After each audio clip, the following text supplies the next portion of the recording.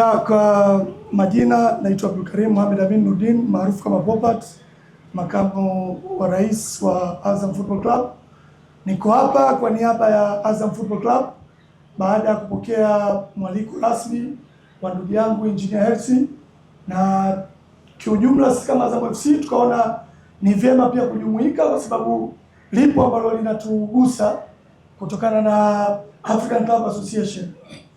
Mojawapo ni hilo losema kunufaika.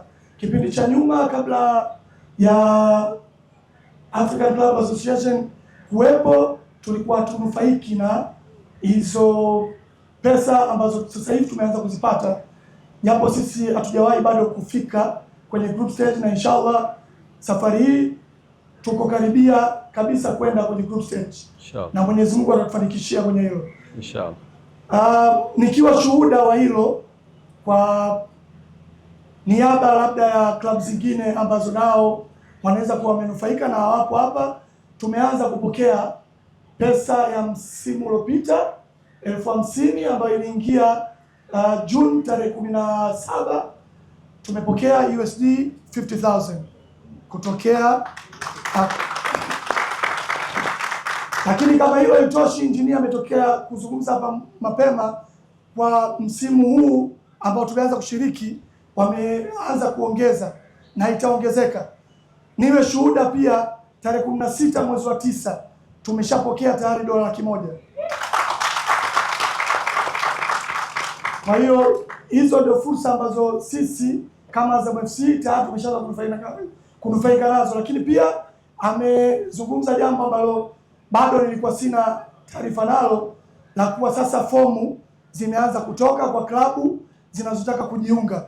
Sisi kama Azam FC, mimi kwa niaba ya Azam FC, sisi tutakuwa pia watu wa mwanzo kuchukua fomu na tutalipia na kujiunga na African Club Association.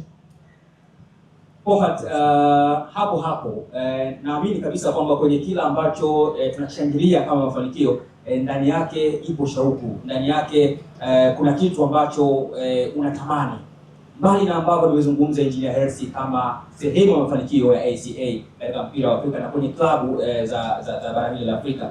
Nini ambacho unakitamani pengine, na unatamani tukija tukikaa hapa mwakani inshallah kama muda huu tu tunakizungumza kama sehemu ya mafanikio?